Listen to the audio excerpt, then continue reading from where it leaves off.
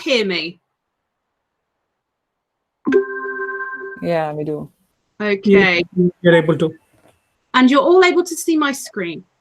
Yes. Okay, lovely. All right, and I hope you're all logged into Trailhead and raring to go after a fantastic session on Monday, where we had a look at reporting, and we went through the Salesforce user tour, and we examined some of the functionality of Salesforce from the perspective of a sales user. We had a little look around an org, and we talked about list views and how you can filter lists of records, how you see fit. And we've just been having a really good conversation about the Salesforce community groups as well. I'm thinking I might actually run a separate session on that and go into more detail about how you can get involved in the Salesforce Trailblazer community. Some of you are reporting some problems with hearing me. Is okay, yeah. So if you lose me at all, I'll keep one eye. I've got two screens, one eye on the chat over here and one eye on the content over here. So just I'll keep an eye on things. Just let me know if you have any problems. So thank you very much. So the funny thing is I had actually planned the other day to run you through 3 different Trailhead modules, and it actually turned into something a little bit longer, but I'm glad about that because we spent such a long time exploring Salesforce as a potential user. Now, I hope you're enjoying the homework. The homework this week is now posted, as well as the recording from Monday. So if you're new and this is your first day with us, thank you very much for joining us. Welcome. Hopefully you've had an opportunity to look through the recordings of previous sessions. If you haven't, I highly recommend that you come to our site and you click on homework and sessions, and you will be able to see the previous week's sessions and recordings by just clicking here where it says click here, and then opening up week 1. Week 1, we did 2 sessions. We do 2 sessions a week, and we meet on Mondays and Wednesdays at 8 o'clock UK time. And you will be able to see the first session was all about what is Salesforce, what is Trailhead. Let's get you set up with Salesforce and Trailhead. The second session was about platform basics. So we had a little look around Salesforce, talked about what objects are, what records are, and what fields are, and what tabs are. And I set you some homework to complete what's called a trail mix, which is a mixtape of different Trailhead exercises. And this trail mix was particularly focused on learning your way around Trailhead. So hopefully you've had some fun with that. And then this week's homework, which you can get to just by clicking homework and recordings. You'll see the current week's recordings and homework is what you'll see on this page up until, the next week, where you'll be able to come and follow using this menu. So this week, we have been looking at Lightning Experience for closers as your homework, and reports and dashboards for Lightning Experience, because we had a great time building reports and list views on Monday. And some of you got very excited about that.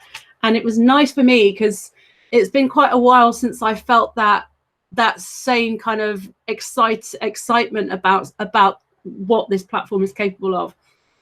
So actually I'm really enjoying bringing you all along for the ride on this one. And I hope you're all enjoying the homework and getting the badges and the experience of working with Salesforce.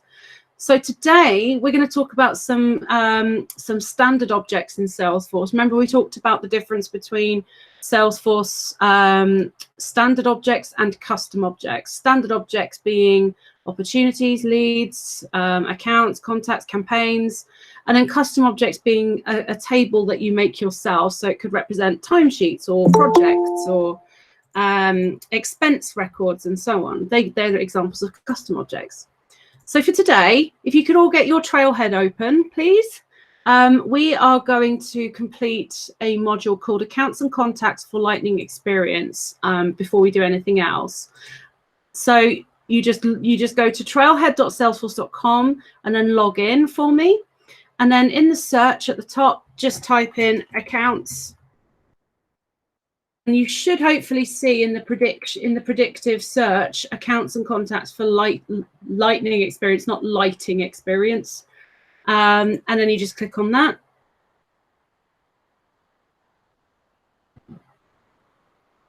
And you should get some results, and just click on the first module, which is accounts and contacts for Lightning Experience. Woohoo. Okay, so let's go through this module together. And this is an important one because this is effectively what, and I keep saying effectively, I'm noticing it all the time now. Accounts are the center point of a customer relationship management system. Can anyone remember what accounts represent in Salesforce? Please let me know in the chat.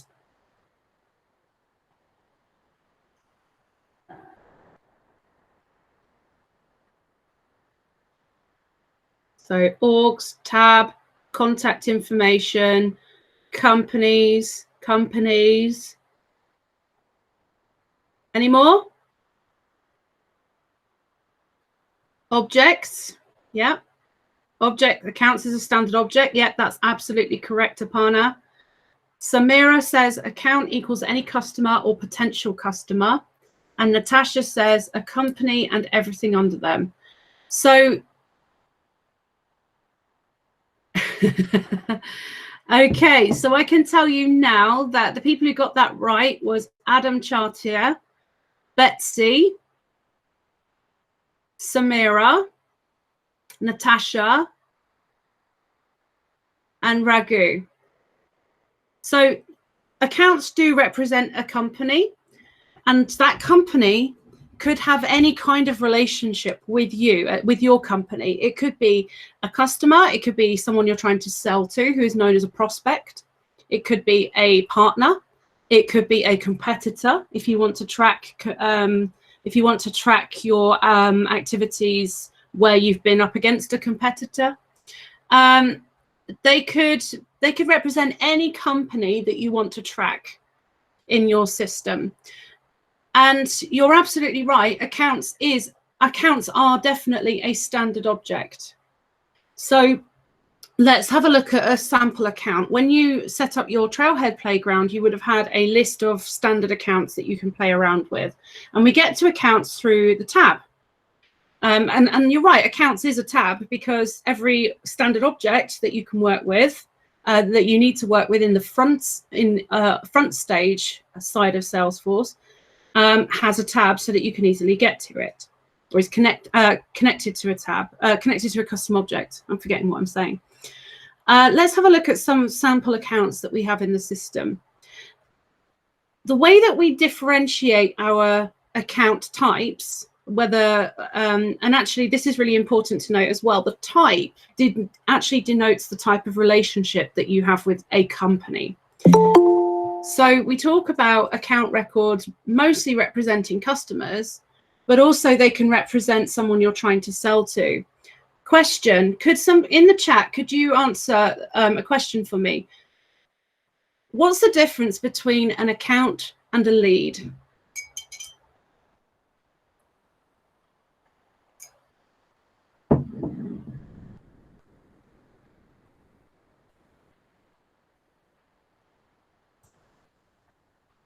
Okay.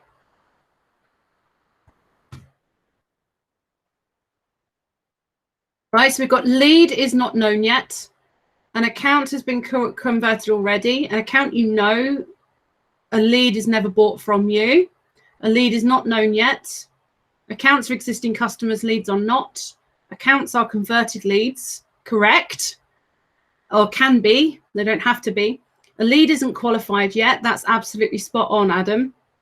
A lead is pre, an account is converted. Yes, Dipsy, that's right. Natasha, a lead has not been qualified. When converted, it becomes an account and a contact. That's absolutely correct and spot on. Accounts are already converted, lead is not known. Yes, absolutely. So, and finally, yes, leads are potential customers and leads could convert into an account. So from the business side, a lead is somebody that you haven't started to sell to yet. And on the Salesforce side, a lead represents a person at a company and can indeed be converted into an account with a contact, or it can be left behind. What happens when you convert a lead? What happens to that lead record once it's become an account? Can you change it?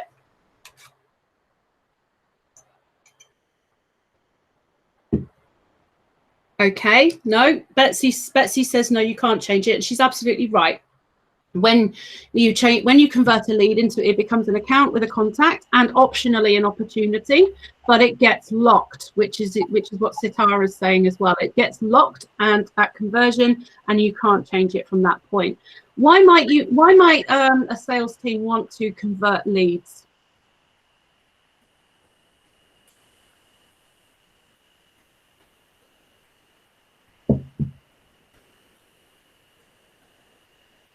That's correct, Stephen. So Stephen says to show the progress of the sales. Sitara, yes, it can turn into commission depending on what somebody's commission plan looks like. But Aparna, you're right. They become an opportunity for conversion. Well, once they've been converted, they become an opportunity. But you would want to the answer to this question is you want to convert a lead so you can track your conversion rate. By percentage. So out of all of the leads that we have brought into our business, top of the funnel, as we're trying to sell, we would want to know how good those leads are by measuring the conversion rate. How many of those then go on to become opportunities? And that's correct, Sitara, as well, because there are some people who are paid commission based on the number of leads they convert. Typically telemarketers might be, or business development representatives would be targeted for a certain conversion rate throughout the year or the quarter or the month. But also later on, salespeople themselves are also paid commission based on a variety of measures. Typically, how long do you close a sale down quickly in a high velocity environment, or do you, or quite simply, have you actually managed to sell and win the opportunity? So at that point, it becomes really important as consultants to be able to help people keep on top of their account data. So that when they go to the accounts tab and they look at a list, they know and can tell at a glance which of these companies are their customers. So they have a direct buying relationship with. Which of them are prospects? Prospects are different to leads. Can anyone guess why?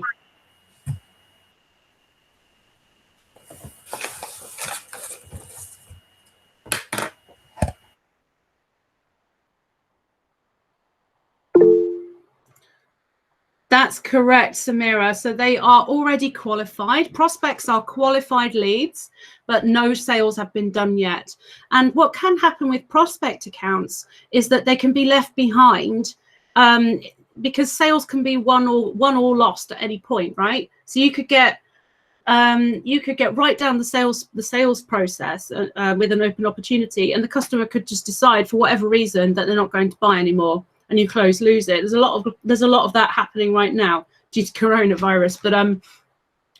But what that also does is it gives businesses the chance to measure their effectiveness in sales and to make decisions on how to improve their approach, how to train and coach their salespeople, but also how to identify any potential cross-sell or upsell customers. Who could we actually, if we've tried and failed to sell Gene Point 200 widgets, but then they're still, and nothing else, they're still a prospect, because we could try and position a different product with them or a different service with them.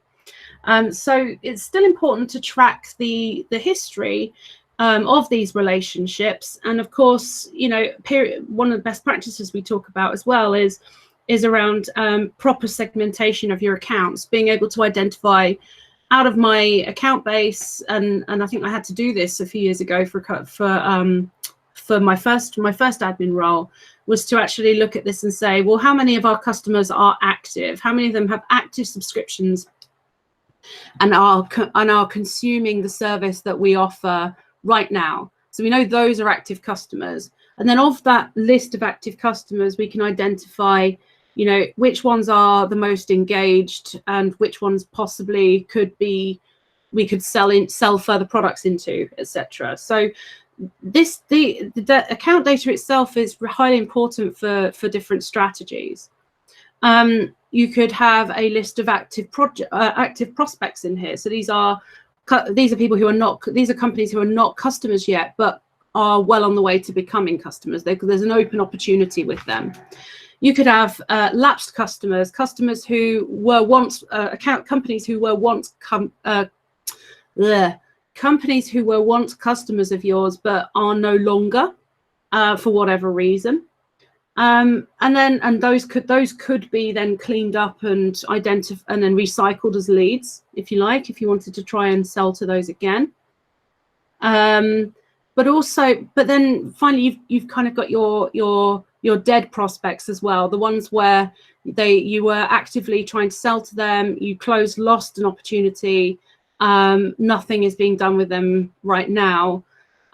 Those sorts of account records also create an opportunity to sell, to try and target again with other products and services. So the type field, I actually think, is one of the most important fields on the account record.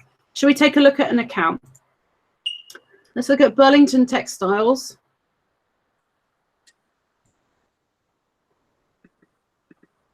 So we know that great businesses are built on great customer relationships, and it does take time and care, and it takes information. So I mentioned about being able to segment your customers. That's all part of knowing who your customers are and the types of relationships that you have with them.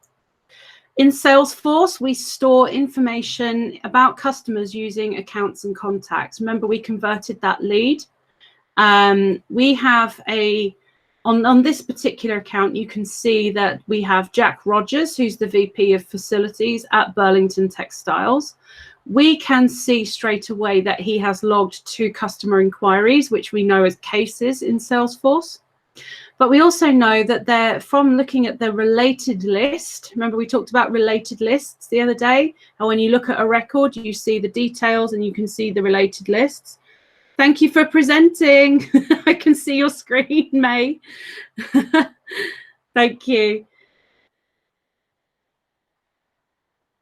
Okay, and it just enables you to see more information in these related lists. You can see other records in Salesforce that are related to your account. This account, Burlington Textiles.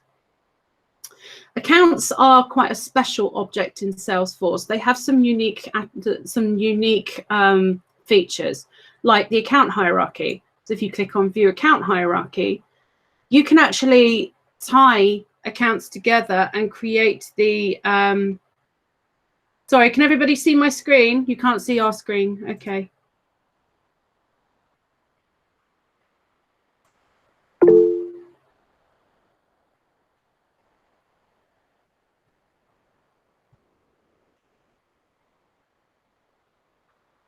Can everybody see it now?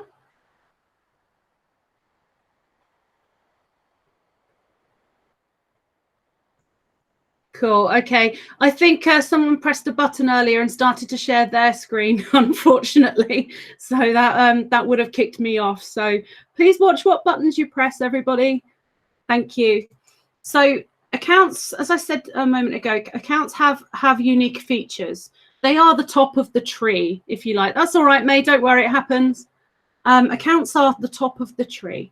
So what it also means is you can also produce a hierarchy of different subsidiaries. So let's say Burlington Textiles Corp of America, you could create a subsidiary, which is their San Francisco store. So let's have a go at doing that.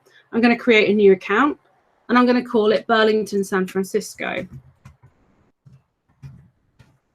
What this means is you can actually build a hierarchy of accounts, which is important if you work with a business and all of its subsidiaries. It's important to be able to track which conversations you're having at what level, and you can build up your hierarchy using what's called a parent account field, which is a hierarchy field. And this just creates you can create a tree of different, differently linked accounts. So for this one, Burlington, San Francisco, I'm going to make its parent Burlington Textiles Corp of America. And I'm going to say that this is actually a prospect. So even though we may have sold into Burlington Textiles, we are planning to sell into Burlington, San Francisco. Now, in an ideal world, if we have no contacts there, we would create a lead for the account that works for the contact that works at Burlington, San Francisco, and we would go and convert it the correct way, and then we would update the parent account. But if, let's say, I already have that conversation, or I'm selling a service at the top level and it's going to be deployed to San Francisco as well, then technically it becomes a prospect, because there may be another version of a service that I might want to sell to Burlington in San Francisco. So I'm going to make this I'm just going to make this a prospect account in the apparel industry. I'm just going to put San Fran and fill in as much information as I can. And then I can put in things like priority.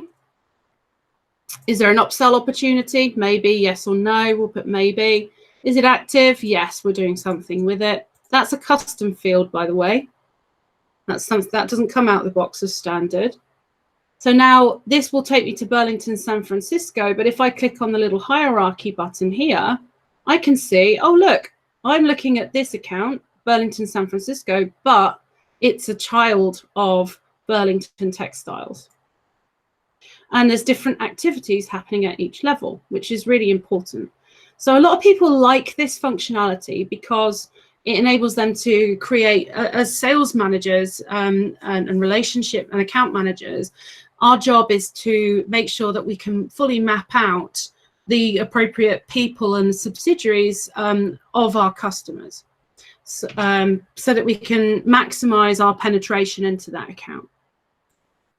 So if you're doing business with so that's if you're doing business with other businesses. If you're doing business with a single person, like let's say you're in a retail environment and you're going to sell, you want to track your relationships with individual customers. So like, let's say that you make shirts for a living and you have a shop that sells tailor-made shirts and ready-to-wear shirts as well.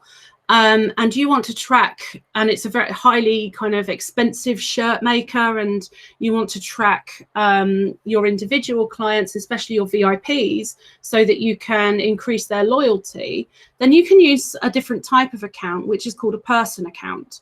And a person account has to be switched on. It doesn't come out the box as normal. You have to actually physically, I think in the settings you can now do it, but back in the day you used to have to log a case with Salesforce, and they would ask you all kinds of questions like, are you sure, because you can't turn this off? And it would allow you to create an account record that looks a bit like a lead in terms of its fields and data structure. So if you remember, a lead is first name, last name, company name, and all of the contact details. You can make an account that looks like that too. But for this instance, I'm talking about a business account, a business-to-business environment. So if you are, let's imagine that you're a sales rep for Cloud Kicks, and this is a company that specializes in high-end trainers, okay? Training shoes, sneakers, you know, whatever you want to call them. So you are meeting a customer called Get Cloudy Consulting, and you think that Get Cloudy will love the latest sneakers design. So you want to brush up on their needs, you want to look at their buying history, you want to know who's who. The whole point of Salesforce is that you should be able to go and have a look and find all that information. And if you don't have that information, you should be able to add it. So let's follow along. If you open up your Trailhead playgrounds, please. So just as a reminder, if you go into Trailhead, and blah, blah, blah, blah. Oh yes, this is a hands-on one. Woohoo! Fantastic. So if you launch your Trailhead playground, so you scroll to the bottom of this module, or you can just click challenge. That'll take you to the bottom. Hit launch, and that will launch up your Salesforce instance, and you will see the home page. Okie dokie. We're going to run through this exercise. So we're going to make an account, first of all. We've got to make an account called Get Cloudy. The more times that you practice doing this, the easier it's going to get. So we're going to go to, okay, so we've opened up that. Now, we're going to go to our Accounts tab, first of all. And you'll see the accounts that you most recently viewed.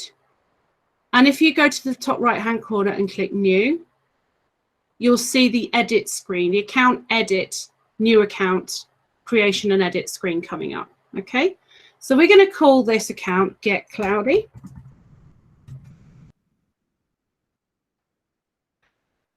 And you can add these details to your account, which you can see on the module, but I've also posted in the chat for you.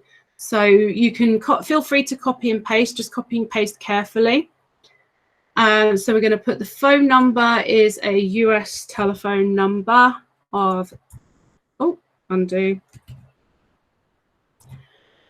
And then our account number itself, this is where you can put in like a unique identifier. So if you have a customer number, for example, you can use that account number field to put that in. On the account site, we'll just say single location.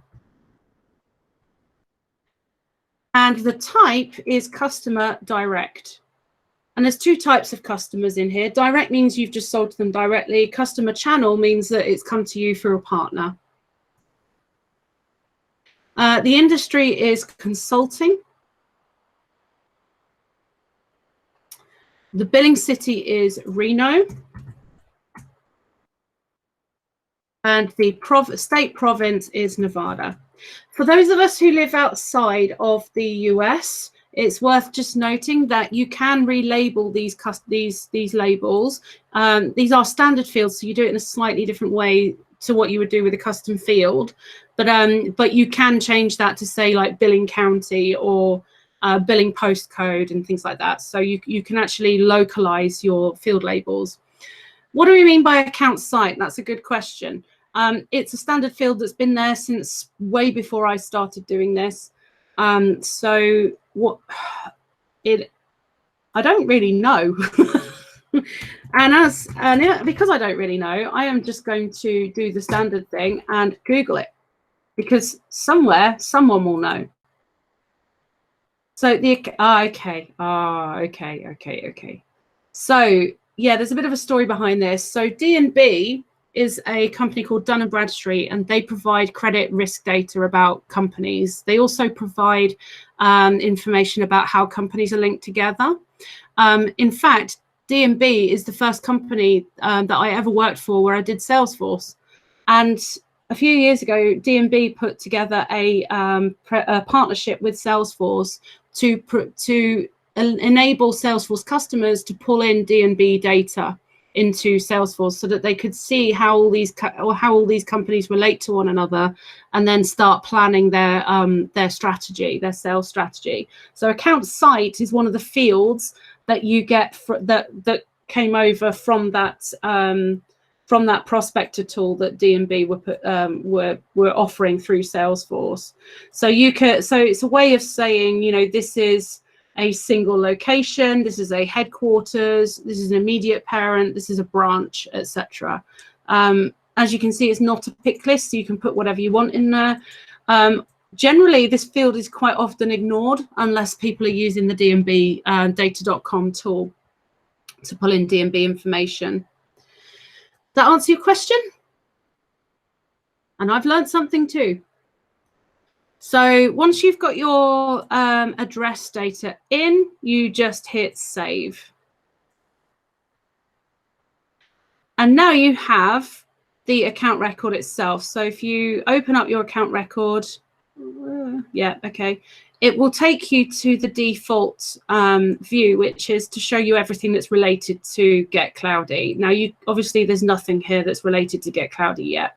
So if you hit details, you should see the data that you put in about Get Cloudy in the fields. These are all the fields, and the information inside the field is the data, remember? You should be able to recognize that from when you put that in. Now, also, when you open that, you can see information that's collected on it there. And if you're on the road without your computer, you can actually open up your phone and install the Salesforce mobile app and be able to see this information directly on your phone as well. The next thing we're going to do is we're going to create a contact record. In fact, we're going to create two. We're going to create Alan Johnson, who's the sales manager, and we're going to create Lung Chen, who is the marketing manager. So I'm going to add this information in for you into the chat. So I'm hoping you'll be able to see it, but just in case you've got, just so you don't have to keep flicking back and forth. So if we're going to create a new contact, there's a couple of ways you can do it. You can hit New Contact, top right-hand corner, or you can go to Related, find the Contacts Related list and click New. And then you'll see a similar experience. Something will pop up and you'll be asked to put information in. So I'm going to put Alan Johnson. He is the sales manager. Please make sure that you use the right case as well. So if you use big S, capital S and a capital M, because sometimes the checking mechanism can be quite sensitive with Trailhead. And then make sure that you copy the email address as well. Now you'll notice the phone number of the account is already pre-populated for you in the phone number. So it assumes that you can contact Alan by phoning that company's main switchboard. Now, if you happen to have other phone numbers for this account, you can also for this contact, you can add that mobile number in as well. Okay, so I'm just going to, and then what I'm going to do then is, because I'm going to add two contacts, I'm going to do Save and New. So that will save Alan Johnson into the database, and you'll see him pop up in the related list behind there. Now let's, okay, that's interesting. Form looks different when you go through the top right route. It's like a quick contact. Yeah, okay, so that will be using the compact layout, because if you go through the top right route, you're actually using an action rather than using the new button, and the action has what's called a compact layout with it. And the compact layout is designed to be a very quick way of adding things. Okay, great spot, Betsy. Thank you for sharing that with us. So I'm going to enter in her name, Lung Chen, or his name, don't know. Marketing manager as the title. And I'm going to put their email address in. And just make sure that I've copied it correctly. Make sure you go and click in the field first and then click Save. And you should see both contacts now appear against this account. So in that related list for contact. Now let's have a look at what Betsy was experiencing. Yes, that's right. So this is a compact layout, which is just first name, last name, email, and title. You could still use that because that's really the only information we're adding to that contact. So do feel free to try both methods. Later on, I'll show you how you can change what fields are shown on this layout, because you can change it. So now that we have them in Salesforce, you can see them in the related list. And you can also find them in the contacts tab. So if you click on contacts, you'll see them as recent contacts, recently viewed contacts, because you recently created them. And you can get back to them really easily. And you can also get back to the account that they belong to as well, just by clicking the account name.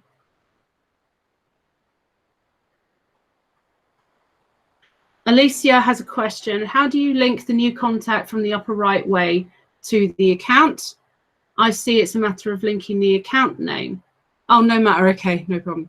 So you hit new contact. That's because this is, you see here, when you click new contact, that account is already pre-filled for you. But you could actually just delete that and add them to a completely different account if you wanted to. I'm not saying that you should, but you know, it is already linked. But you have a lot of flexibility. Okay, so just like an account record, let's go and look at, I'm going to go and look at Leung. Just like an account record, you can see related lists against this one as well. Only the related lists are slightly different. If I open up the account record in a different tab and show and show it here, you'll have a different set of related lists on the account than you would for the contact.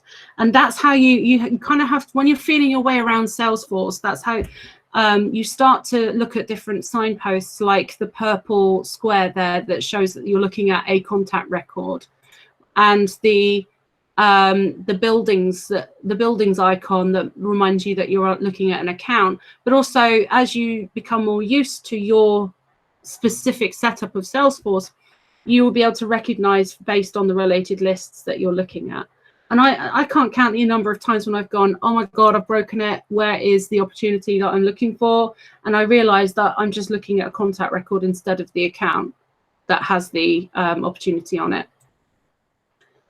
Okay, so prime example, accounts, you can see opportunities, cases, and partners. If you look at contacts, you can see campaign history, opportunities, cases, but no partners.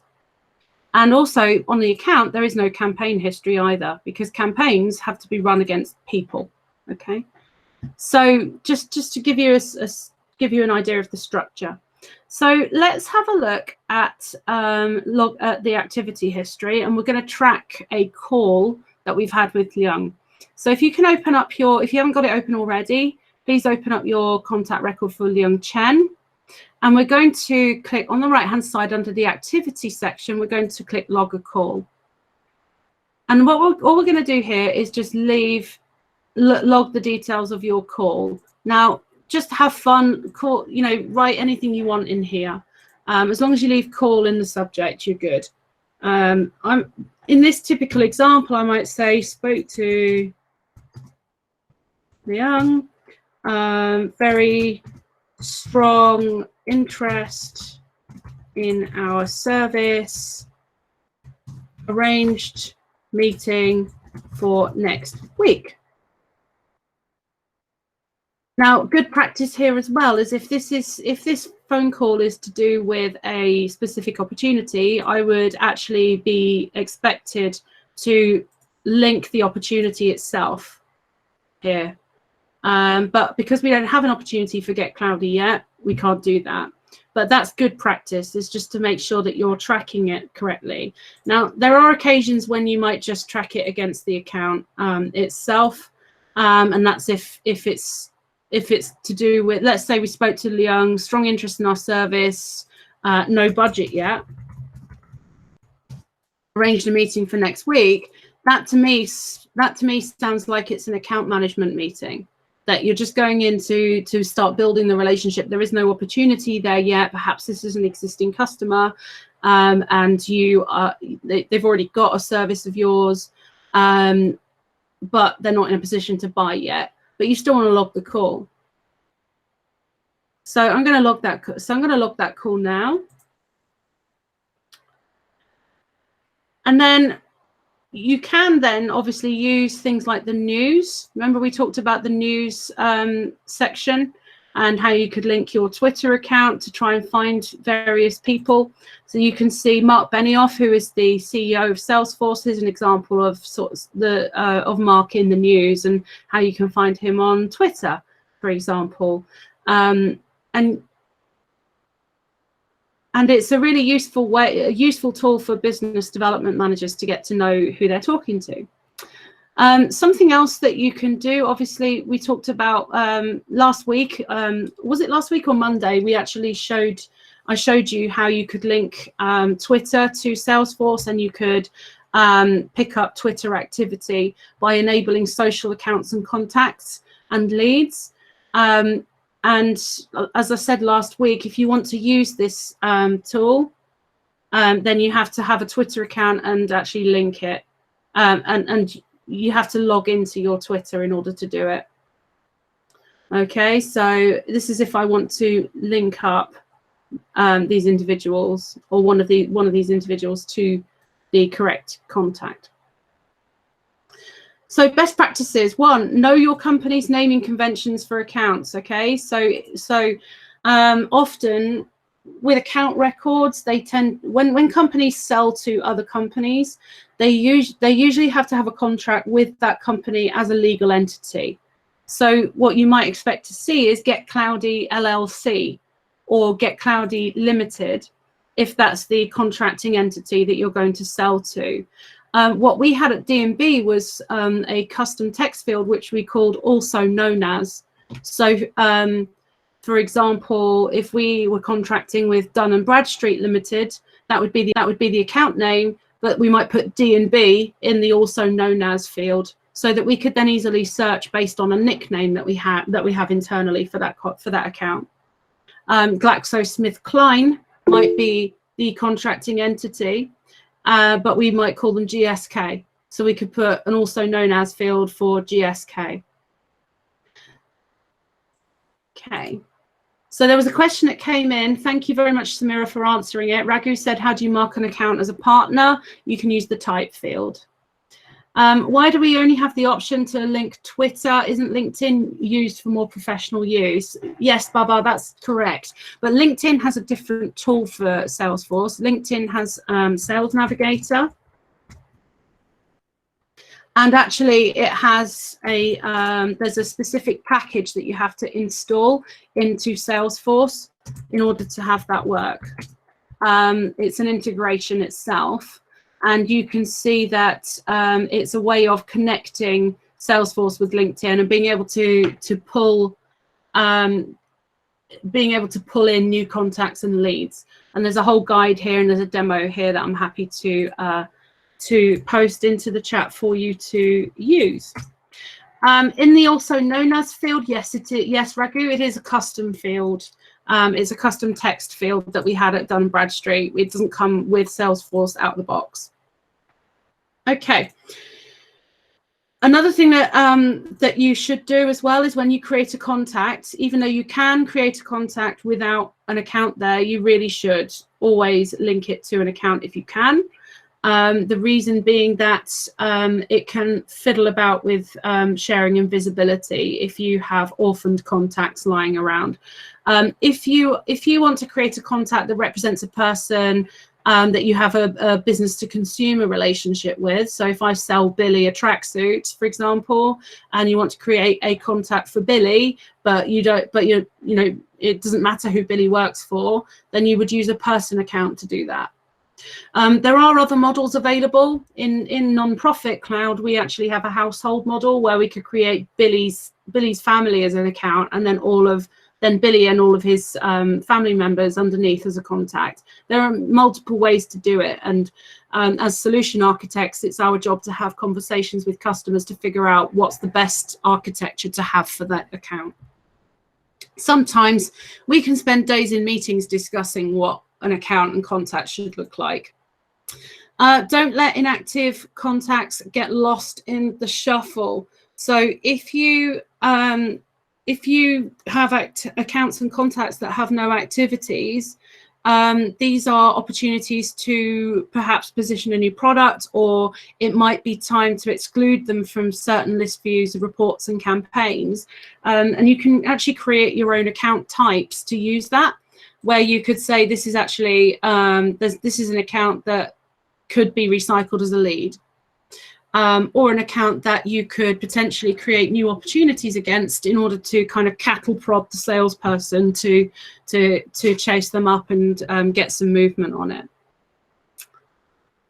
Finally, maintain your active ownership. So if you don't, sometimes for many reasons, there are companies that don't always put their entire workforce on Salesforce, and there are a lot of reasons for that. It could be down to the way that they're rolling Salesforce out, that they've decided to do it team by team by team. But then there could be an account record in Salesforce created, which is owned by someone who's not using Salesforce yet. So it's really hard to do that. If you do run across an account that's owned by someone who has left the company or who has moved to a different job, it's good practice for administrators to help find a new owner for it, or completely take it out as an account and recycle it as a lead if there's nothing on it, if there's no relationships and no activity against it. So we always talk about that, just to make sure that data doesn't go stale and that you're maximizing your opportunities, your sales opportunities using the data that you have. Data is absolutely key for selling. Question from Raghu: can a child in an account hierarchy utilize any common fields from the parent by default? Could you explain a bit more about what you mean by that? You can come off mute if you want to.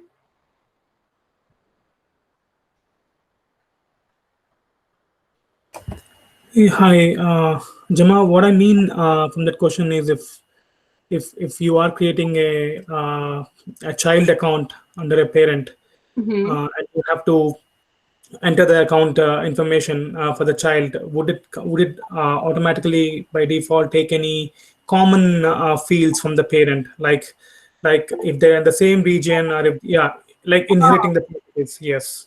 Okay, so this is copying and pasting data and inherit the property. Yes. Okay. So no, the answer to that is no, but you can make it do that using a couple of different methods. One, you can create formula fields. Two, which isn't great. Two, you can create a custom action to create a child account. So up here, these are known as custom actions, and you can actually automatically pre-populate the parent account field for the child, or you could automate it using process builder, which is a bit like running a trigger on the database, where you say, when this is created, go and get the information from the parent and copy and paste it from the data from the parent into fields on the child.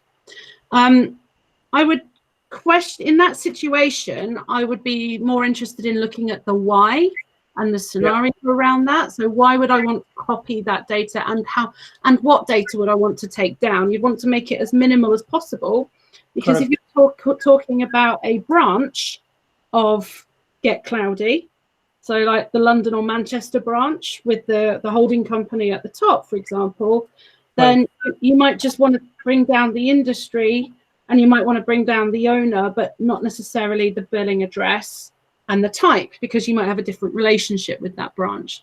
So you have to think about that quite sensibly in terms of the scenario. Does that answer your question?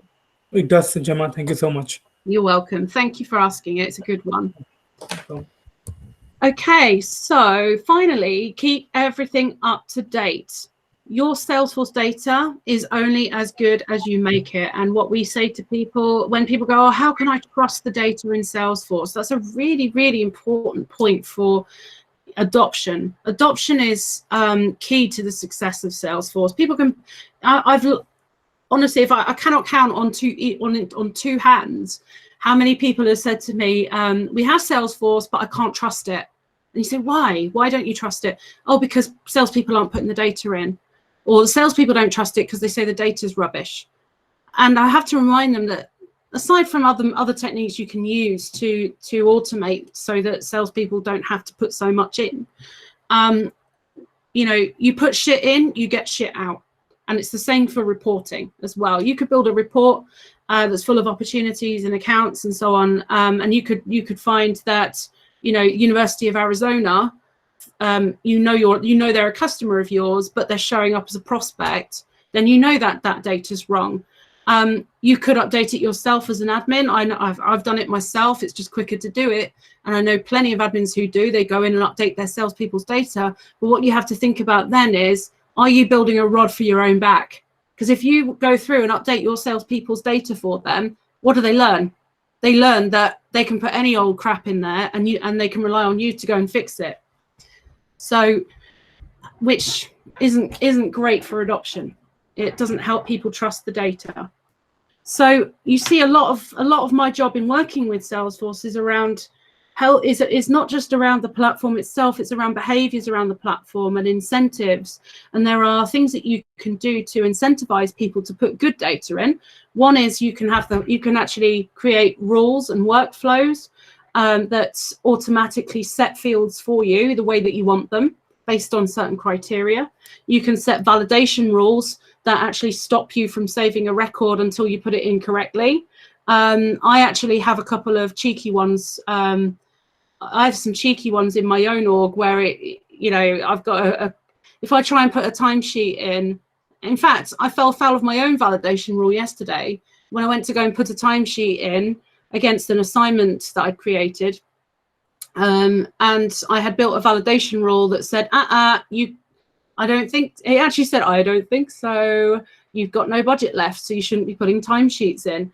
And those are things that you can build as admins. We also have to be really careful about how many of these rules we build as well, because if salespeople feel like it takes 20 minutes to put an account in because the system keeps shouting at them, they're just not going to use it either.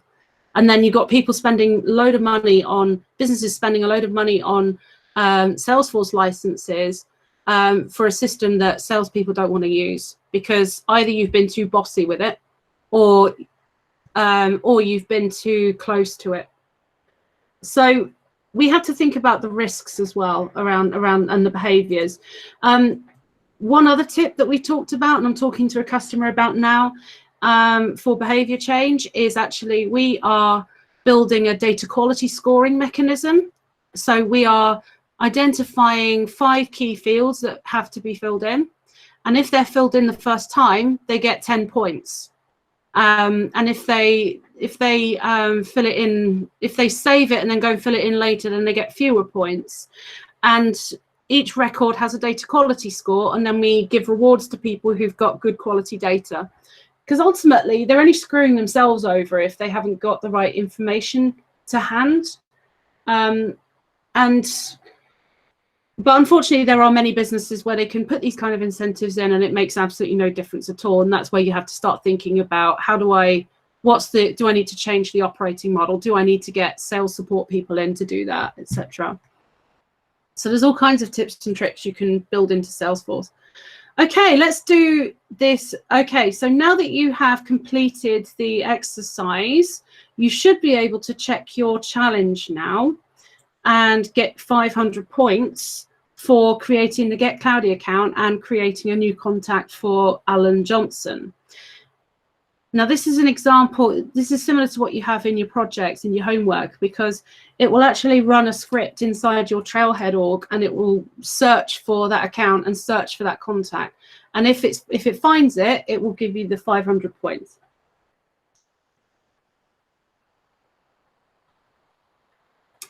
Hooray! Well done, everybody. Okay, now tell the world about it. I'm going to tweet. I don't care. I've already got this badge, but I love getting more. Second time lucky. And I'm going to tweet it. Congratulations, everybody. You ready for the next one?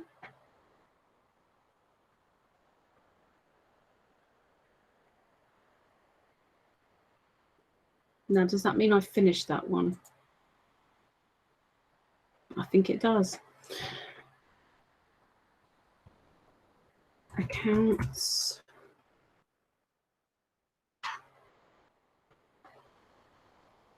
Apologies, it's just being a little bit slow. Accounts and contacts for Lightning Experience. Let's just double check that we have completely finished that one.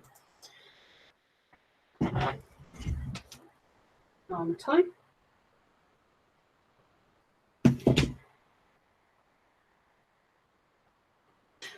Okay, so we got our first badge. Now we're going to go on to our second badge, which is Understand Contact and Account Relationships. So there are 3 main types of account and contact relationship.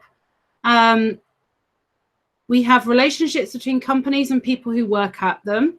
So you can relate a contact to more than one account if you want to, and that will help you to track any kind of indirect relationships. So I have that example. Don't worry, Billy.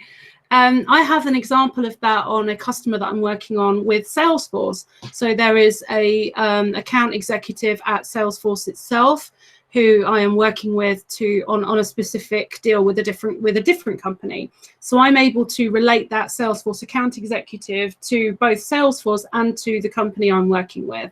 I can also do that through contact roles. We then have relationships between your customers and other customers. So you can create an account hierarchy. Maybe there's a parent company. That's what we talked about not long ago.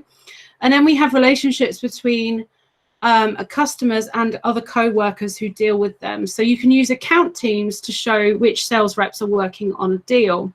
So let's take a look at contacts to multiple accounts. So a contact could work with more than one company. A business owner might actually own more than one company, or a consultant might work on behalf of multiple organizations. And actually that's even more important in the Salesforce consulting world, because we often contact Salesforce support on behalf of a customer. So being able to relate the Gemma contact to both the company that Gemma works for and the customer that she's serving and all of the other customers that she's serving is really key for Salesforce support, so they can actually get an idea of where my relationships are. So there's a short video here, and we're going to have a little watch.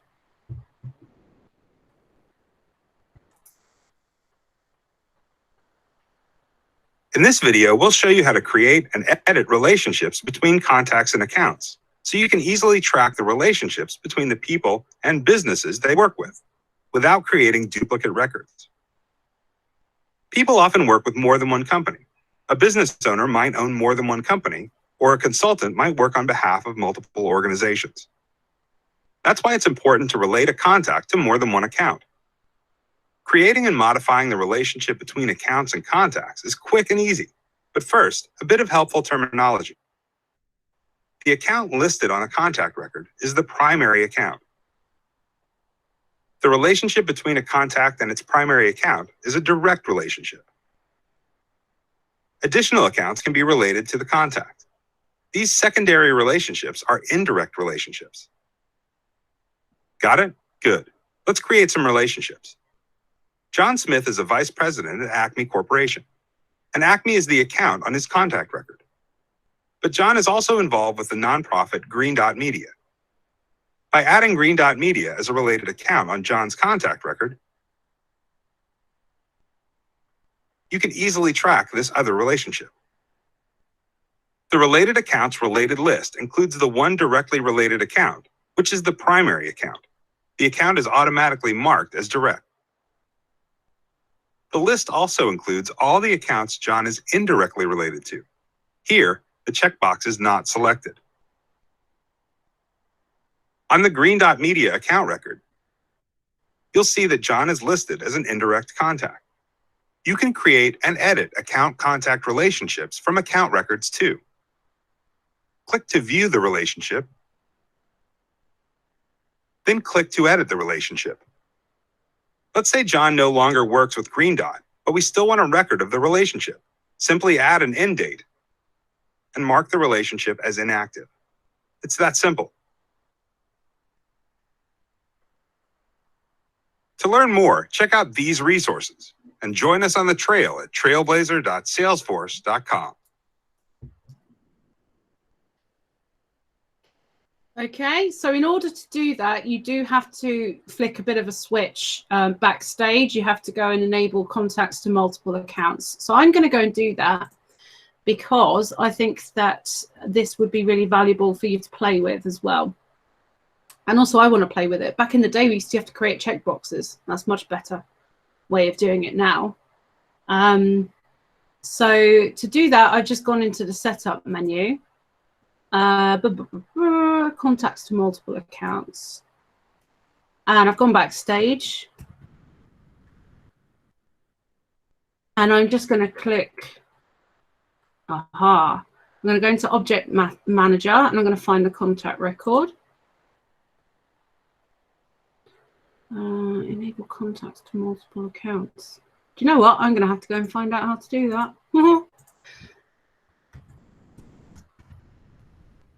You see, when you don't know something, you can just go and Google it.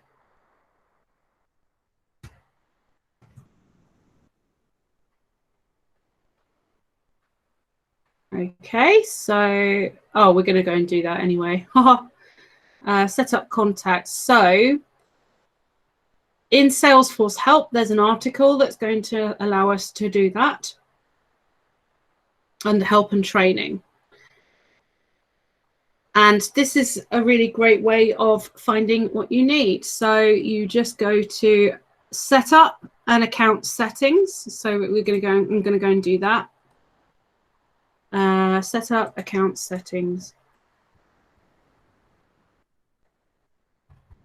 Okay. Which is under the account object. I wasn't expecting it to be there. I was expecting it to be in the contact, but you know. Okay, so I hit edit. This is where I can switch news on as well. So I'll do that. Why not? Account logos is cool as well. I can switch person accounts on as well, but I don't really want to do that. And hit save.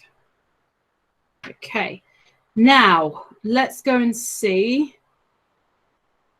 There are some other additional settings here, so you can actually specify what should happen when users delete an account that has direct contacts that are related to others. So you can actually stop users from deleting that account, or you can allow them to delete it, but automatically delete all the contacts as well.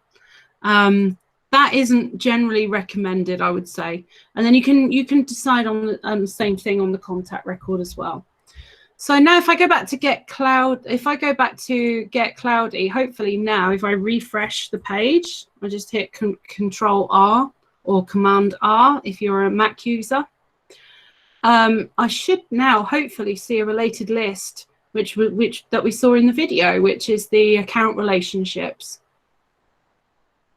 And I don't. So I'm going to show you a magic trick. I'm going to go and add that. I'm going to, first of all, I'm slightly off-piste a little bit, but I still think this is important because I want to see it. I'm going to go to the account object, and I'm going to go to page layouts. Now, this I found really cool. I think, let me just check which page layout is assigned to my profile. It is the account layout, just the standard one. So I'm opening that. Now this is how you can change the order that fields appear on your account page when you click on the details section. And you can also change what related lists you see. So you might recognize opportunities, contacts, cases, activity history, partners. Now I'm going to add the related list for account relationships, related contacts. Here we go. And hopefully, yes. So when I save that, it's going to ask me if I'm happy with it. And then when I go back to Get Cloudy and refresh the page again, I should now see that account relationships related list. I can also do the same with contacts. I can go and change the contact page layout and add that related list to the contact as well. So while that is loading, I'm going to do that very quickly. So now I have related contacts, and we can see two, and then we can add the relationship. So I'm going to have a go at doing what he did in the video really quickly. So my contact is Kathy. Remember we created Kathy the other day? And I'm going to make Kathy an influencer.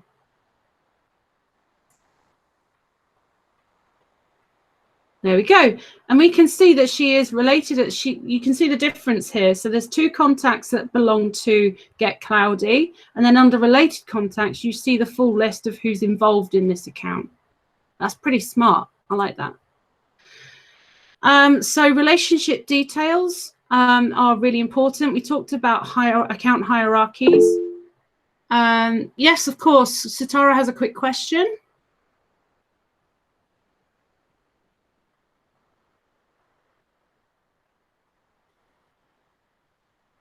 I'll wait for you to type it. When we talked about establishing account hierarchies, yes, so Sitara says, shouldn't the contacts of Alan and Young not be in related? They are in related because they're directly related, if that makes sense. So remember the gentleman in the video was talking about how you can view a relationship and you can actually say whether this relationship is direct or not. Now, those fields that he was talking about aren't on this page layout, which does not help. But it enables you to say, it enables you to sorry, start again. In the related, okay, she's got it. Sorry. In the related section, you will see them there because it's direct, and then you see the others because they're indirect. Now, obviously, those fields that he was showing in the video, he's got an org that's already set up to show that. Whereas in this org, in this Trailhead playground, you'll have to change it yourself to make sure that you can see that information. And you do that just by changing the page layout again, but you change it on the account relationship and the contact relationship side. Yeah, we went slightly off piece, but I'm glad we did because I wasn't aware of this feature. So, and you'll see that even if you've been doing this 12 years, keeping current is, you know, still something we have to work on. So, aha, and you can see you have the, you actually have the fact that it's direct or not is actually reflected on that at the contact level. So let's look at Leung Chen. Actually, no, let's look at Kathy. Kathy was the one who had the magic relationship, wasn't she? So if I search for Kathy Snyder and we look at her related list for related accounts, notice how we can now see that for Get Cloudy, she's not a direct contact, but for TNR Core, she is. That's because she works for TNR Core, but she doesn't work for Get Cloudy, but she is an influencer.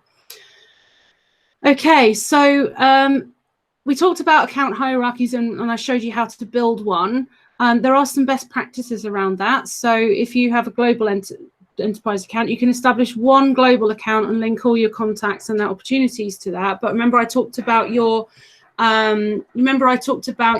contracting legal entity and being able to track activities. Because you could sell to one contracting entity. Let's say you sell to Clark's Shoes, and you sell them a contract for creating a back office application that their warehouse staff can use, for example. So you've actually technically created an opportunity at the Clark's Shoes top headquarters level, but then they might have a child account for their Exeter store, whereby, and that's actually the team where you're tracking conversations around the actual project itself. And you might create a project record, a custom object for projects, and then create a project record that's linked to the Exeter store rather than actually linking it to the Clark's head office. That makes sense. We recommend that you create accounts for each separate location, rather if you've got multiple locations that you're working with, rather than squeezing all locations into one account. And that means that you can concentrate all of your efforts onto each location. And then I want to talk to you about account teams, because these are pretty awesome. We use these at D&B as well. Account teams are really, they serve two purposes. One of them is to enable access to some of your colleagues, and there are two kind of methods for you to do that. You can grant access to a colleague by adding them to an account team individually. So and that's even more important when you have a what's known as a private sharing model. A private sharing model is actually an administrative setup of your account data in Salesforce. Not just accounts, could be any object really, unless it's a child, but yeah. Let's say that you have a highly competitive sales environment, whereby, you know, you've got 3 teams that have the same customer base and they've all got to sell different things to that customer. You could actually make opportunities private so that the other teams can't see each other's opportunities. And you can use teams, so you can create teams on accounts, you can create teams on opportunities, and you can create teams on cases. Let's say you temporarily need to grant access to, let's say it's your opportunity, so because you own it, you get to see it and edit it, but you need to loop in somebody else who works in a different team and enable them to make updates to it. You can actually create an account team member, which would give access to all the data against that account to that individual. Or you could create an opportunity sales team member, which will grant access just to that opportunity. Or you could loop people in to help you with a specific case where if you need someone to help you support a customer, you can add someone to the case team and thus grant access to them in that way. And that's the concept of an account team. Now, there is something else that's really special about account teams. When I worked at Dun & Bradstreet, we had a sales team that was that acted in what we called a pod basis. We had people who were out in the field visiting customers, and they owned their own accounts. They were their customers. But because they were out visiting customers all the time, and they had quite a big customer base, they actually had someone who was in the office. They were actually partnered up with someone who was office based. So each customer, without realizing it, would have 2 account managers. They would have the main one that they see in person, but then there would be someone in the office who had access to that field account manager's portfolio and was able to basically act as an assistant to the field salesperson, and therefore needed to access any accounts that they accessed, they would need to access as well. And we manage that using default account teams. And that's managed on the user level, slightly different. So it means that any account, so if I take an example here, let me go into, I've gone into setup and I've opened up the users menu, mostly because I want to see what other users are in there before I, start giving you information that I can't back up.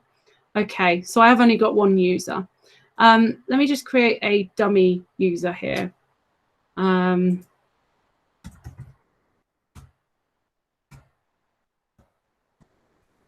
going to create Dave Stevens, and why not? We'll give him my email address, and we'll just call it Dave at Ladies Be Architects. Dave would be a sales user. The fact that he's active means he's using up a license. I'm just going to create him as a user. Now, if Dave is in the office and I'm out in the field visiting customers, I want to make sure that any accounts that I have access to, Dave also has access to. And to do that, I go to my user record, and I will cover users in more detail in the next session. I need to enable account teams first in order to do this. And then I should be able to add him as my default account team. Account settings. Excuse me just a moment.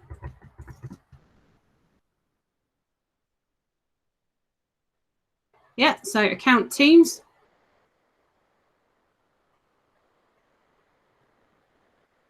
Enable account teams. So not all features come out the box with everything switched on. Sometimes you have to go and pull a few switches and levers here and there. And then I get to choose whether I add the related list to the page layouts, which I have done there. And then I can change what kind of roles we have for them. So it could be that the team role is a assistant, for example, sales support. Okay. I know I'm giving you a very quick view here, so please don't worry. We'll come back and do this. So now that I've enabled account teams, if I refresh my user record, I should see a brand new related list, which is called default account team. And I should be able to add Dave to it.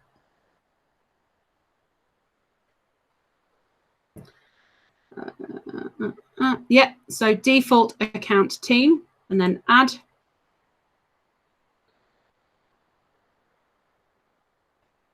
And then here I can say, I can look up Dave Stevens, and I can say that by default, because he's on my team, he gets read-write access to all my accounts. He might not be able to see all my opportunities, or I can let him see them but not touch them, or I can let him change all my opportunities. And I can let him change all my cases, but also I can say, remember I made that sales support role? That option wasn't there before, and I've just made it available. So I can say that he's supporting me as my sales support. So then I say, do I want to update my existing account teams with this member? And I can say yes. So then the Salesforce will go away and run a script, and it will relate Dave to all the accounts that I own. And I can say as well, do I want to automatically add my default account team to accounts that I create? So I'm going to say yes and hit save. And then let's go back and take a look at Get Cloudy, which is an account that I own because I created it. And I should see a new related list, which is account team.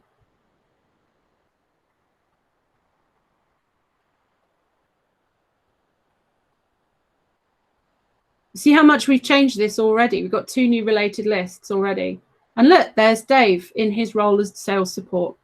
I can also add more if I want to. If I want to add more team members, if I want to add in some, or I want to remove them, or I want to change the access for specific accounts, I can do that on a case-by-case basis as well. And it's quite a powerful way of opening up access to different records without having to apply blanket rules. So we've got a quiz, which means I've got to open this in incognito mode again so that I can see the questions. Are you all ready for a quiz? This is the first quiz of the evening.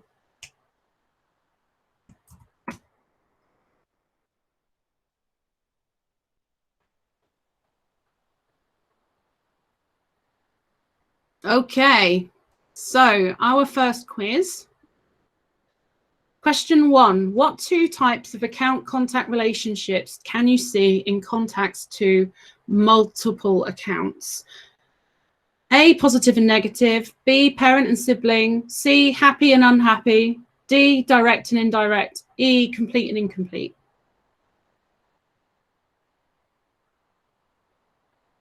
Vitamin D, D, D, D, D, D, D. Loving the enthusiasm, Kat. Okay, question 2. How do you set up the account hierarchy? A, ask an admin to set it up for you and brace yourself for a punch in the face. B, add a parent account to the account's record. C, record the parent account's name in a note on the account and face the wrath of your sales manager. D, write it on a sticky note and put it on your desk and risk your IT security team punching you in the face. Marvelous. Okay, question 3. Who should be on your personal default account team? A, co-workers from your department who want to know how you achieve all your success. I love that. B, all the contacts for your accounts, for all your accounts. C, co-workers you usually work with on your accounts. Or D, customers who responded positively to the last marketing campaign. Okay, when you're ready, check your challenge. And I don't know if you get a badge. I think you must get a badge on this one because you got a badge on the first exercise.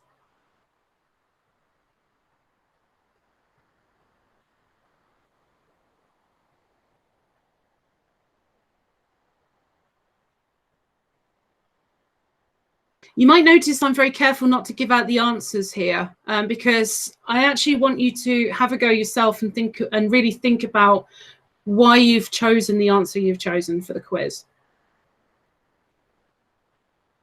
Also, I don't want Salesforce telling me off. Okay, hopefully you've all won a shiny new badge for your profile. So if you have, congratulations. You've done really well. If you want to watch that video again, you can. It's in the resources and it's shown up in your Trailhead badge. I think we've just about got time. Oh yeah, and I've just got an email with Dave Stevens' login information. That's brilliant. So I think we've got time to finish off the other activity that I had planned for today, which was I think we were going to look at, let me look at my apocalypse training plan, chatter for Lightning Experience. Okay, so by now, just to recap, you should all be very happy and confident that you know what accounts and contacts are and what they're for. You should know what to do with contacts who have left accounts. You should know what to do with contacts who have an influence over another account or have some kind of relationship with other accounts as well. And you should also be comfortable with the concept of details and related list on record. Okay, so if you're still with me and you've not decided to go and to go out and catch coronavirus by now, then brilliant. I'm really happy to have you with us. Let's now take a look at the next module that I've got planned for you, which is Chatter. Chatter, I assume most of you are familiar with social media in some way.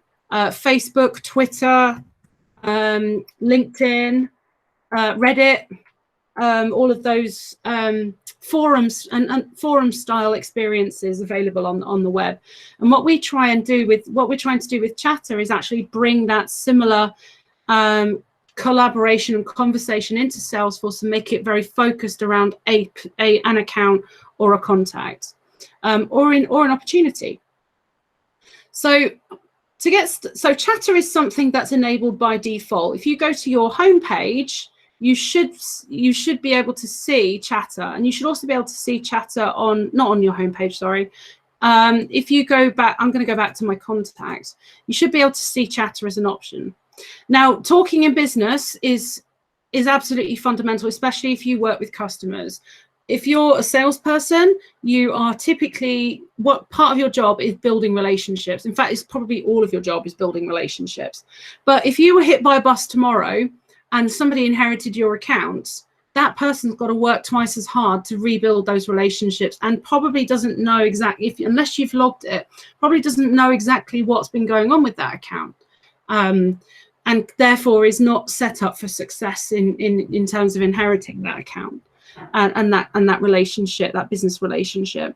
So Chatter is the way that you can have conversations with other colleagues about an account. So if you have something to say, take it to Chatter. We have seen businesses reduce their email volumes by ridiculous amounts because of Chatter, and because instead of sending an email, they're actually posting it into Chatter, and you can see a thread of conversation directly against the record instead of in your inbox, lurking away in your inbox. Now, don't get me wrong, there are some situations where you will need to use email, where you're discussing sensitive information, or when you're having conversations with external partners, customers or suppliers who are supporting your relationship with that customer or prospect or lead. But if you actually keep your conversations, your internal conversations, focused through Chatter, then actually you can stay focused on the things you want to get done. So log into Trailhead again, or hopefully you've still got your org open, and we're going to click on the Chatter. There should be a tab that you can find called Chatter. But I'm going to go to the app launcher, which is underneath the big blue cloud. You've got the 9 dots there, and just hit Salesforce Chatter. Chatter is an app, but it's also it's something that is embedded throughout Salesforce, and you can change which objects you want to chatter on, etc. So we're going to click on the Chatter tab, and you should be able to see several options to you. So you might have noticed that when you created your record earlier, you had the option to follow it. And what that means is if you follow if you follow a record, you'll see all the activity come up in your Chatter feed, just like you would if you followed someone on Twitter. If someone's chatted to you specifically, then you can see any posts that have come through the To Me section. If somebody posts a particular real pearl of wisdom, then you can bookmark it and get to it quickly through here. If there's any company highlights, so one of the best practices that we encourage is for business managers and leaders to use Chatter to make announcements instead of sending big long emails. And then we can create an announcements Chatter group and have those appear in company highlights. And then you can have your draft posts in there as well. If you're part of any groups, you can create Chatter groups. So you might see a group, and I just clicked on groups there to see what groups we have that I can go and join. In my own Salesforce org, I actually have a Chatter group that for each major account that I'm trying to sell into. And I've invited people from Salesforce as external Chatter users to come and have conversations about that team. I've also got a group that's called training opportunities and speaking opportunities. And every time I've got a link to share, or I've got or I'm notified that there is some training that my team can sign up for, I will post a link in there, and then they get notified, and they can then go and make the choice themselves as to whether they want the training. So we also have streams. Streams are kind of feeds that you create by combining things from all kinds of objects. So let's go to so if you want to, for example, if you want to keep track of conversations, let me see what this says about this. Yeah, if you want to keep track of conversations about a specific topic, then you can actually create a stream for it, and that enables you to that helps you to ensure that you always see posts that are about that topic, regardless of which account or contact they're created for. So let's create one. So we can call this type of record. Okay, so this is where you can okay, sorry, I completely got that wrong because I've not used it very often. So streams are a way of keeping track and being notified of activity on a specific record. So if I want to follow Edge Communications and be notified of any specific action around Edge Communications, then I can set up a stream, and I can or I can add in multiple accounts, and I can be notified for every post if I want to, or I can just not be notified. But it helps me to centralize my topics, and it helps me to go and find, if I ever want to know just what's going on with Edge Communications, then I can just click Edge Communications. I could also create another use case, might be high-tech industry. I could find specific accounts that belong in for companies that I know are in the tech industry, the high-tech industry. Get cloudy. And it just means that I'm constantly tracking what's going on in that industry. And there we go. We've got Gemma created a task to call Kathy. So all that activity can happen, can be tracked. We talked the other day about the icon for in-app notifications that tells you how many unread applications you've got. But before you can do anything else, what you really need to do is to set up your Chatter profile. So we're going to go and do that together in this 500 pointer that we've got here. So we're going to go, if you launch your launch your playground, and you're going to upload a profile photo of yourself to your Chatter profile. You're going to enter in your first name, last name, title, email, and cell phone number, which is your mobile number. And then in the about field, put I'm new to the company and eager to get going. So let's go ahead and do that. I'll post that in. I'll post the instructions in the chat just in case you're monitoring that in on a different screen. I can't. Okay, interesting.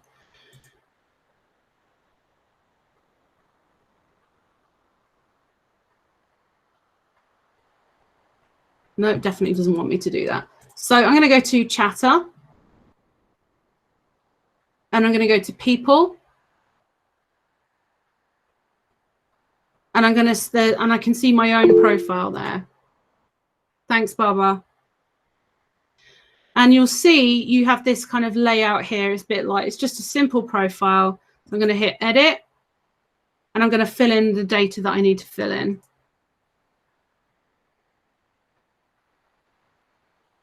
So in the about field, you put I'm new to the company and eager to get going. So I'm just going to copy that, and I'm going to paste it into the about me field, not the about field. My title, that's your job title. That's not Mr., Mrs., Miss. In CRM world, we call that the salutation rather than the title. So first name, last name, title, email, and cell. So title is Chief Trainer. The email address is already there, and the mobile number is what's called cell. Oh. Save. And I'm now going to need to upload my profile photo in order to pass the challenge. So I just, so once I've saved that information, I just come up to the profile picture and you'll see there's a little camera there. So you just click the camera and hit update photo. Maximum file size is 16 meg, and just be careful about which profile picture you put in. I've worked for companies before where people have had cartoon characters as their profile picture, which kind of defeats the object of having Chatter. I know some people don't like their photo being shown, but the idea of Chatter is to enable internal networking. And if you don't know what someone looks like in real life, how can you possibly know who's sitting around you? So I would recommend just, if you can get a professional photo taken, it's a good start. Okay, you can also add a header as well if you want to. So if you want to put a banner photo up, you can certainly do that.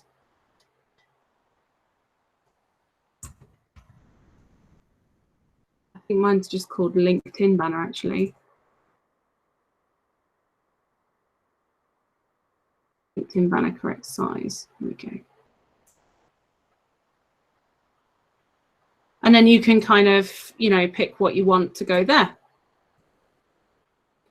It can mean a bit of mucking around because you have to get it to the right size. So those of you who are comfortable with picture editing software and so on, it should tell you what dimensions you need for that so that you can add your own banner. Now, if you're ready, you just hit check challenge. How are we doing for time? Got 15 minutes. Hopefully we can finish this bit in 15 minutes. Right, so while that's cooking, I'm just going to close down a couple of windows to preserve my bandwidth because it's getting a little bit busy. Woohoo! I have a new badge. Now I'm going to go to the next bit, which is create posts, polls, and questions. So those of you who are social media gurus, you should know about posts. So posting something to Chatter means basically sharing an update. So I'm going to have a go at doing that. So I'm just going to go to home. Come on. Loady, loady. So on the post tab, you hit the share and update. Oh, it's on your profile. Ugh, sorry, I'm going to go back. And you should see in the chat, in Chatter here, you can see all the stuff that I've been doing, all the calls that I've been logging and so on. So under post, if you hit share and update, you just have to click into it. I don't know why that happened. I didn't click that. Well, maybe I did. Anyway. So you go to share and update. And you'll see there are a number of different buttons here. So if you want to mention a colleague, so let's say I want to talk to Dave. I want to make sure that Dave gets this message. Dave, you didn't finish your TPS report. You can shout at him there. You can upload a picture if you want to. You can pick an existing picture that you may have posted already before.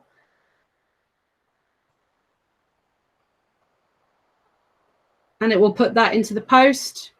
You can use bullet points.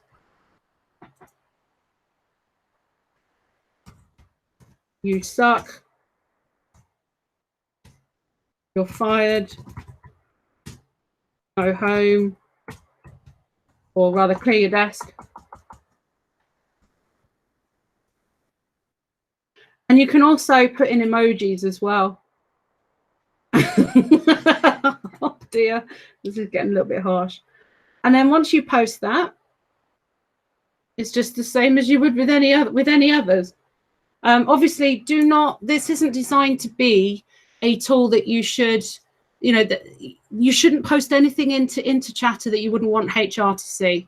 And that's genuine. I mean, I've logged into people's orgs where it's been highly unprofessional conversations, and actually it's not supposed to be used in that way. It's supposed to be used in a professional way to talk about customer relationships. It's meant to be used for announcements and so on as well. So what we say to customers who are implementing Chatter is to consider what the do's and don'ts of Chatter will be, and to actually make sure that they are enforced by nominating some moderators to flag posts that are concerning. Because you want to create an environment that is engaging, but it remains professional.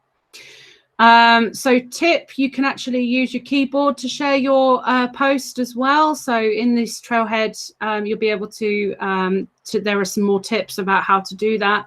You can also create polls, and I do this very regularly for my Ladies Be Architects group. We vote on the exams that we want to cover for each month. So I can say, which exam do you want to have a study group on this month? And we had a study group last night, actually. And we offered them integration. We offered them identity and access management. We can add additional choices. We could maybe say, you know, let's study platform app builder certification. And you just ask. And what that means is you can go and then vote and say, oh, I want to do integration, and then you can actually collect your votes. What I would like to see there is actually being able to close a poll, like you can on Twitter. That would be quite cool.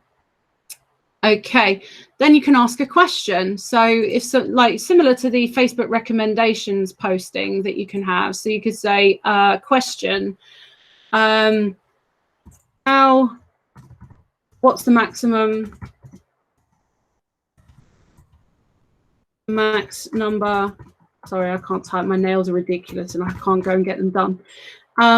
What's the max number of widgets I am allowed to sell in a single order? Then you can add some details if you want. And then you ask the question. And it means that then people can go on and answer it and say like 10,000. And then I believe you can actually mark it as a best answer. The original poster can mark which one is a best answer, and that actually increases your engagement score within Chatter itself. So your challenge now for your next badge is to enter a poll question. Which team motto do you like best? It's a poll, isn't it? Yeah. So poll. Which team motto do you like best? The options are: we get it done, never a dull moment, further, faster, and better. I'm just going to quickly copy and paste. I'm really enjoying these sessions, by the way. Like, it's been ages since I've gone back to basics. Ask. Publish your poll, choose one option, and post your results. So I'm going to choose one option.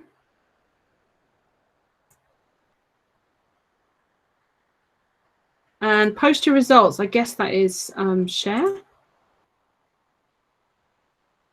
No. Okay. And then check your challenge.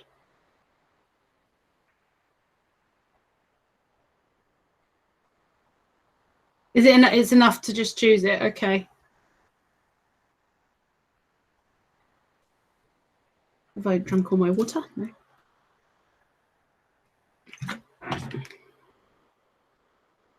Woohoo! Right, 8 minutes. Congratulations, everybody who got a badge. Customize your Chatter experience. We'll quickly run through this, and then I think I'll leave the last one I'll post the last session as homework, I think, so that you can have a little play with that. So taking action on a post, this is where you can like a post, you can share, and you can see who has seen the post as well. Just like you would on Facebook, and well, you wouldn't see that on Facebook and Twitter, but you'd be able to share it, you'd be able to like it, you'd be able to add comments to it, just like you would on Facebook and Twitter. You can follow people, groups, and records. So I'm going to, as an example, I'm going to go and find, is it Kathy? I'll find Get Cloudy in the spirit of what our data looks like today. So I'm just searching for Get Cloudy. And you should be able to see a action up here for follow. And if you click it, it will say that you're following it.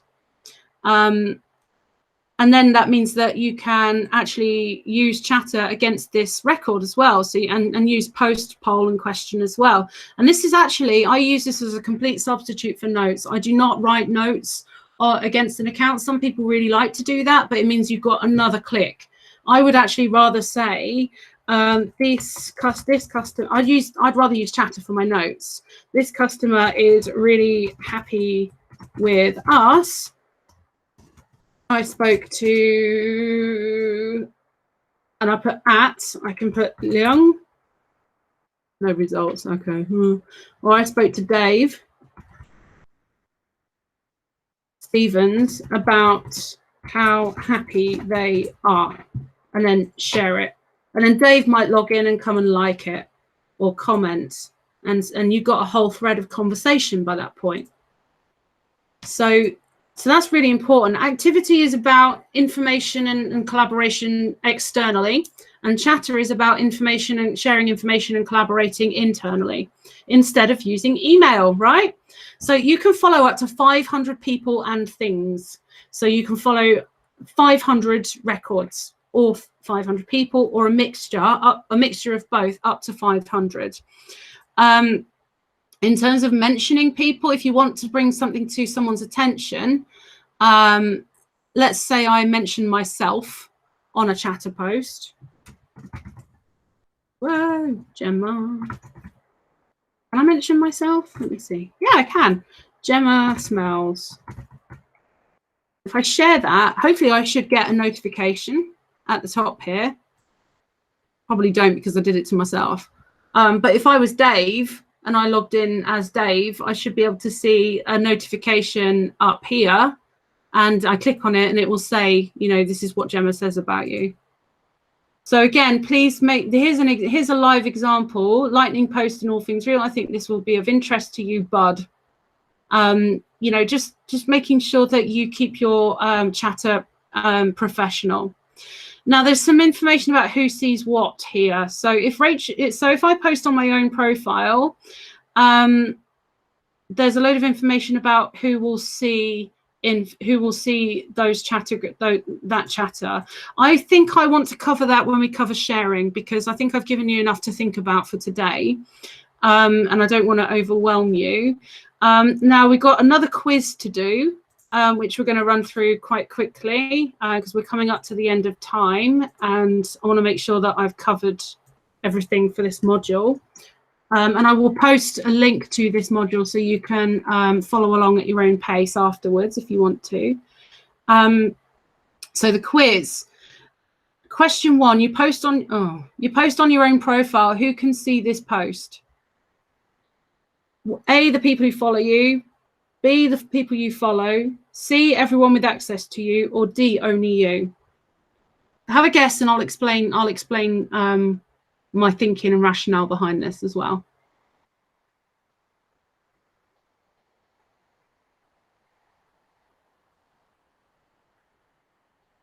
Okay, so I think this is going to be seen by the people who follow me. So I'm gonna select A because it makes logical sense to me. If I post on a colleague's profile, who can see this post? Only the colleague and the people who follow them, the colleague, the people who follow them, and the people they follow, or everyone with access to your colleague.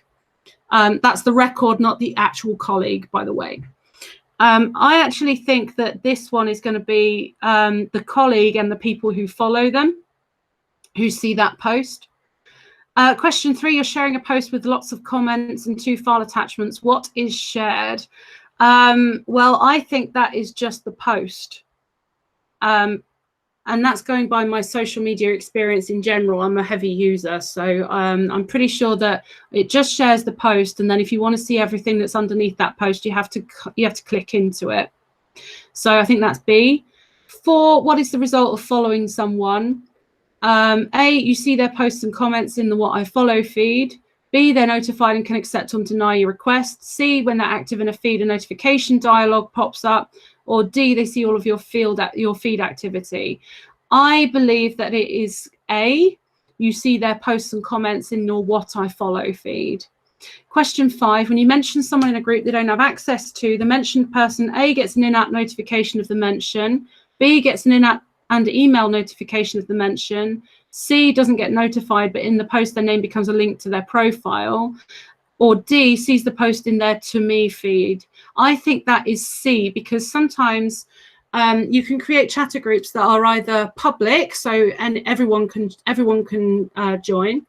Private groups are ones where you have to ask to join, or C, you have closed groups where nobody can kind of find them at all. They're kind of secret groups for, maybe like the C-suite, for example, or HR, for example. So I believe that if you mention someone in a group they don't have access to, I believe they don't get notified. I think it's C. And in the post, their name becomes a link to their profile. So have a go at completing that quiz and let me know if any of those answers were wrong, and we can explore why really quickly.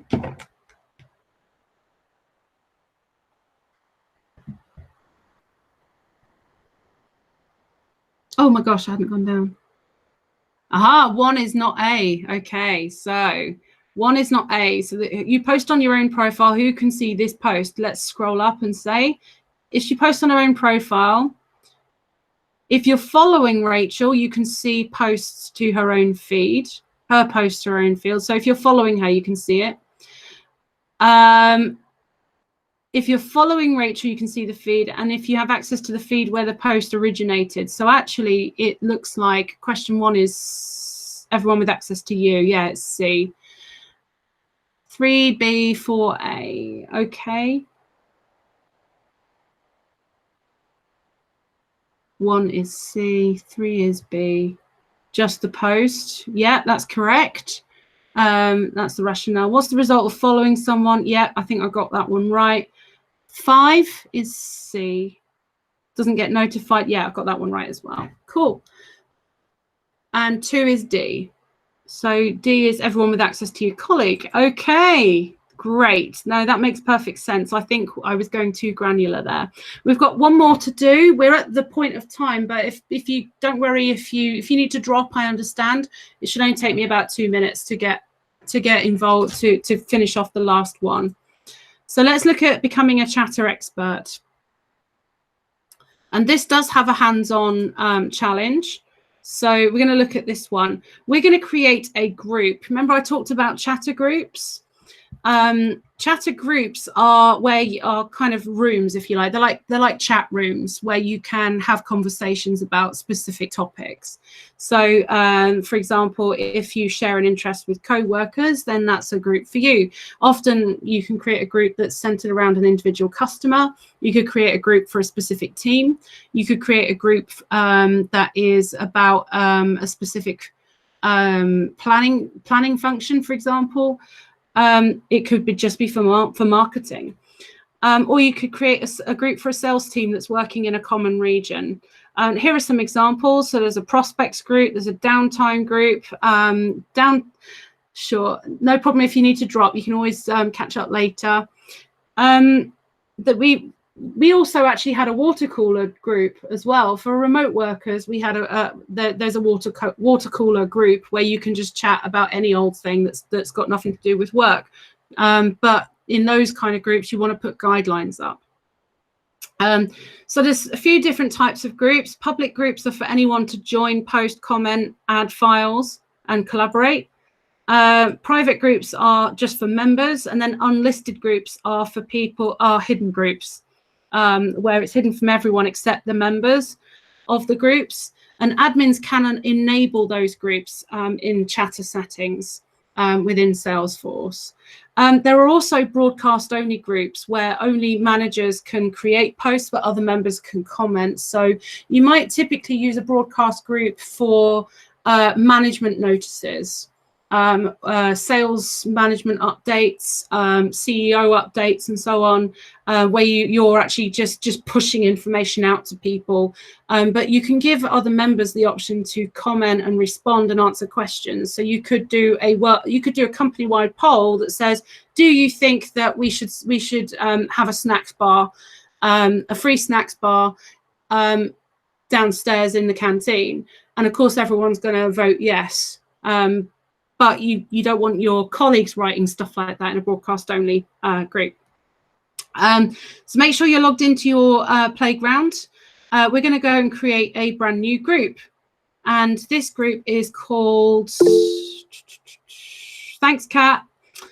This group that we're going to create is called Sales Team. So we're going to go into Chatter. She's done it already.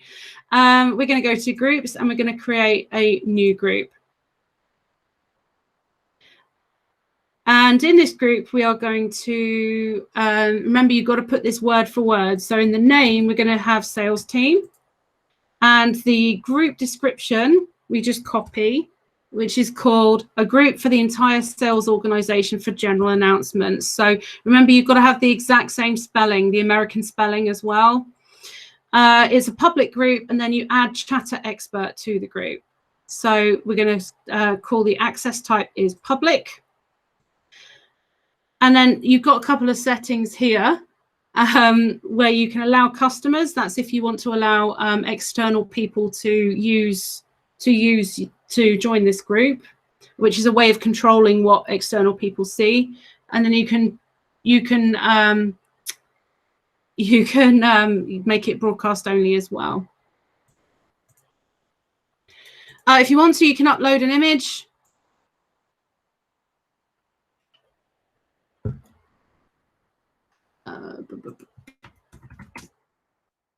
I actually had a meme as an image for my sales team where it says, I love it when the customer pays full price.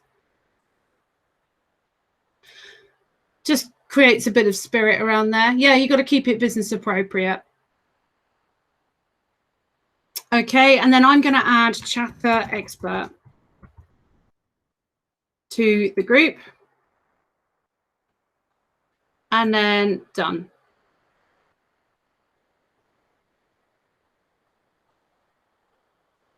And then again, you can customize it as much as you want to. And you can add more members if you want. So if I want to add Dave Stevens, I can do that.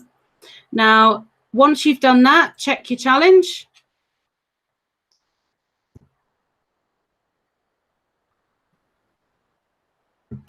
And you should all have a shiny new badge on your profile.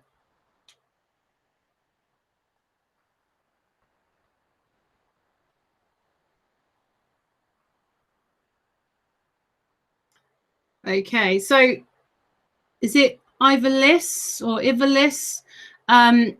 She's made a really good point around managing groups and having to create group guidelines. That's a really, really important best practice.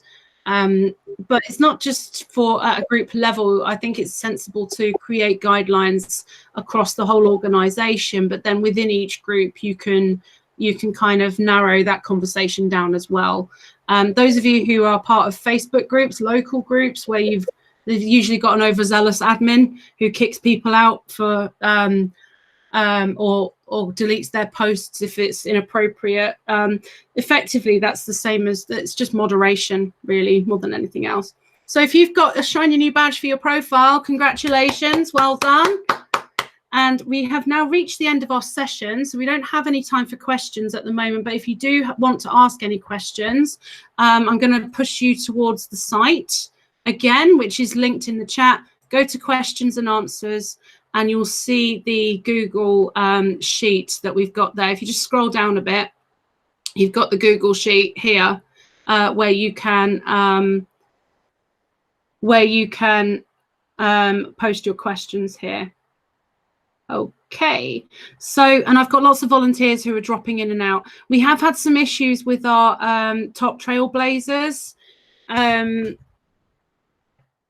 So I wouldn't worry too much because I'm still liaising with the developer on that one. But again, thank you very much to everybody for joining, and hopefully you're all learning something and enjoying it. And thank you very much for your time.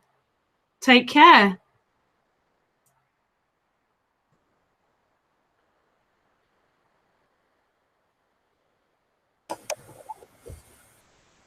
Thanks, Emma. You're most welcome. Thank you so much. You're welcome. Thank you. Take care. Good night. Good night.